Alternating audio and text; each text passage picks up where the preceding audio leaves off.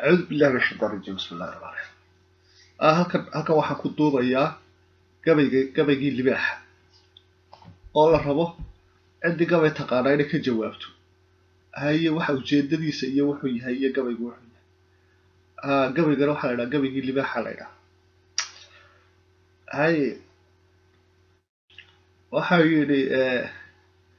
geeda weynow libaaxuba roobka wuu ka gilgishaay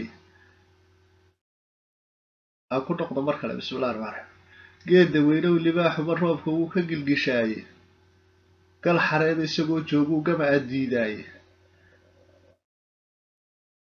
guuxa iga daabuu yiraahdaa geed hoosteede gooshiisana wuu ilaashadaa gooriya ayaane giraanta wareegta dunida guud taala